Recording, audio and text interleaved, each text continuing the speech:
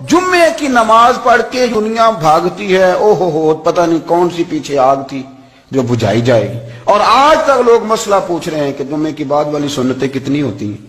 میں نے کہا کتنے سال ہو گئے جمعہ پڑھتے، کتنے سال ہو گئے، ابھی تک سنتوں کا نہیں پتا، ابھی تک نہیں علم کے پہلے کتنی رکھتے ہیں اور بعد میں کتنی رکھتے ہیں۔ فجر کی سنتیں کب پڑھنی چاہیے، سنو فجر کی سنتوں کے بارے میں۔ میرے رسول کریم سید عالم صلی اللہ تعالی علیہ وسلم سے ایک صحابی نے پوچھا تھا، حضور میری فجر کی سنتیں رہ گئیں یا رہ جاتی ہیں تو حکم کیا ہے؟ کیا انداز ہے حضور کا، بخاری مسلم کے لفظ سنو۔ حضور سید عالم صلی اللہ علیہ وسلم فرمانے لگے، اس نے کیا پوچھا تھا، حضور جواب کیا دیتے ہیں؟ فرمایا فجر کی سنتیں کبھی نہ چھوڑنا، فجر کی پہلی دو سنتیں کبھی نہ چھوڑنا۔ یا رسول اللہ صلی اللہ تعالی علیہ وسلم میری رہ گئی ہیں، رہ جاتی ہیں۔ فرمایا فجر کی دو سنتیں نہ چھوڑنا، فرمایا فجر کی پہلی دو سنتیں مجھے دنیا اور دنیا کے اندر جو کچھ ہے وہ سب سے زیادہ پیاری ہے۔ فجر کی دو سنتیں دنیا اور دنیا میں جو کچھ ہے مجھے وہ سب سے زیادہ پیاری ہیں، اس لیے فجر کی سنتیں نہ چھوڑنا۔ اپنا ذوق، اپنی طبیعت، ہم نے نا ذوق غلط بنا لیا ہے۔ اگر 20 بندے کہہ بھی دیں گے تو نے بڑی شاندار تلاوت کیا تو کیا اس سے بنے گا؟ 100 بندہ کہہ بھی دے تیری کیا بات ہے، کیا بات ہے نعت خاں کی، کیا بات ہے علامہ صاحب کی، پیر صاحب کی، پیر مہر علی شاہ صاحب رحمت اللہ علیہ۔ آپ تشریف فرما تھے تو آپ کے ایک ہی بیٹے بابو جی جن کو کہا جاتا ہے، جس دن صاحبزادے پیدا ہوئے تو خادم نہ وہاں سے نکلا۔ ان لوگوں کے شوق اور طرح کے تھے نا تو ان کی توجہ بھی اپنے شوق کی طرف رہتی، تو خادم نکلا اندر سے، پیر صاحب مبارک ہو، پیر صاحب مبارک ہو، پیر صاحب مبارک ہو، پیر صاحب مبارک ہو، شور کر رہے تو پیر صاحب کو وجد ہو گیا، اللہ اکبر اللہ اکبر اللہ۔ وہ کیا ہوا، کس بات کی مبارک دے رہے ہو؟ عرض کی حضور اللہ نے بیٹا دیا۔ تو آپ فرمانے لگے اچھا حضور آپ کیا ہوا، آپ تو پریشان ہو گئے۔ فرمانے لگے جب تو نے 3 دفعہ کہا نا مہر علی کو مبارک ہو تو میں سمجھا تھا شاید تجھے کسی نے بتا دیا ہے کہ مہر علی سے اللہ راضی ہو گیا۔ میں سمجھا تھا کہ شاید تو یہ خبر لے کے آیا ہے کہ کسی نے بتایا ہے کہ مجھے آج خبر ملی ہے کہ مہر علی سے رب اچھا پتر ہوا ہے، الحمدللہ اللہ کا شکر ہے، پر میرے لیے مبارک کا دن وہ ہوگا جب میرا رب کہے گا کہ میں مہر علی سے راضی ہوں، میرے محبوب کہیں گے کہ میں مہر علی سے۔ آپ بات کو سمجھیں، شوق ہی کسی اور طرف تھا، دل ہی کہیں اور لگا ہوا تھا، طبیعت ہی کہیں اور مائل تھی۔ کوئی وظیفہ پوچھتے تھے تو پڑھتے تھے وہ لوگ، کچھ اللہ اللہ انہیں بتائی جاتی تھی تو کرنے کا ذوق رکھتے تھے، طبیعت تھی، قائل تھے۔ حضرت ربیع کہتے ہیں میں بڑی دور سے سفر کر کے گیا حضرت اویس کرنی سے ملنے، بڑی دور سے، اور جب میں پہنچا تو فجر کا وقت تھا تو حضرت اویس کرنی کو میں نے پا لیا تو وہ نماز پڑھ کے نا قرآن شریف لے کے بیٹھ گئے۔ فرماتے اشراق چاشت کا وقت ہوا تو نفلوں کی نیت باندھ لی۔ محدث ابن الجوزی نے لکھا ہے، فرماتے ہیں پھر جب زوال کا وقت ہوا تو مسجد میں جھاڑو دینے لگ گئے۔ زور کی نماز پڑھ کے تو عصر کی تیاری تک وہ مسجد میں بیٹھے رہے، اور میرے نبی پاک علیہ السلام نے فرمایا جو نماز کے انتظار میں بیٹھا ہو وہ نماز ہی میں ہے، وہ نماز ہی میں ہے۔ فرمایا میری دنیا میری امت کی جو رہبانیت ہے نا وہ اتنی ہے کہ نماز کا انتظار کرے، اذان کے بعد نماز کا یہ راہب ہیں، یہ اس وقت چھوڑ کے بیٹھے ہیں سارا کچھ۔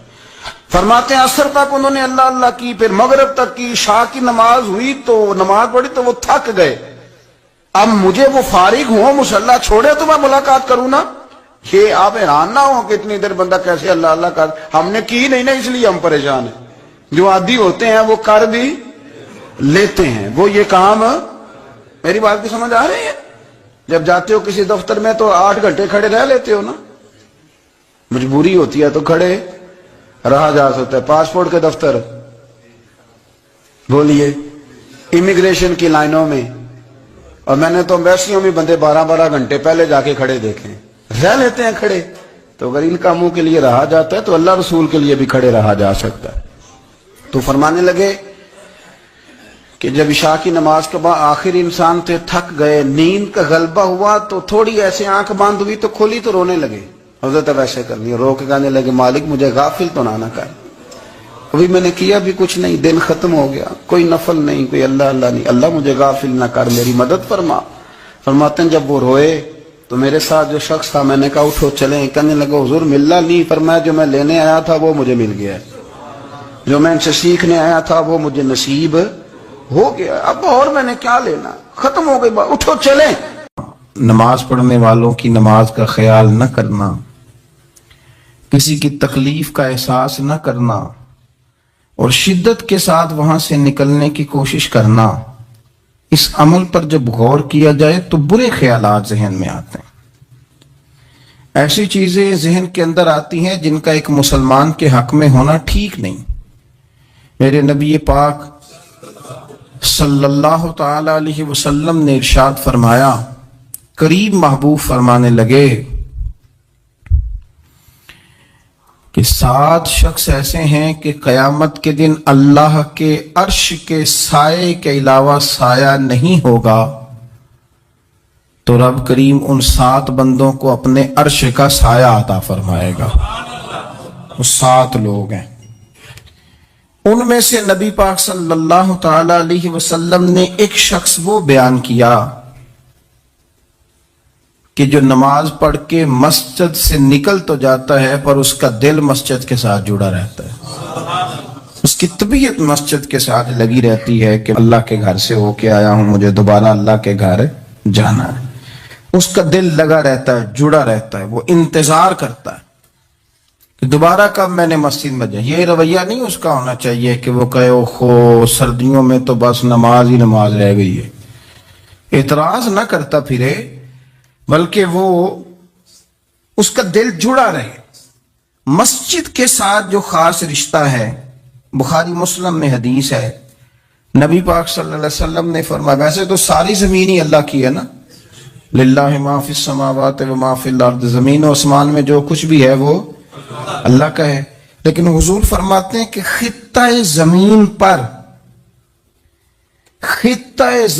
پر جو جگہ رب کو سب سے زیادہ پیاری، جگہ ساری اللہ کی ہے، پر جو اللہ کو سب سے پیارا ٹکڑا ہے وہ جگہ ہے جہاں مسجد بنا دی جاتی، وہ خاص خطہ۔ آپ ذرا حدیث کے لفظوں پر غور کریں، فرمایا احب البلاد، وہ اللہ کا محبوب ٹکڑا ہے زمین پر جہاں مسجد بنا دی جاتی ہے۔ وہ اب آپ اندازہ کریں کہ وہ پیسے کتنے قیمتی ہیں، جو کمائے کسی نے تھے، لگ مسجد میں گئے اور محبوب کس کے ہو گئے؟ اللہ تعالیٰ کے۔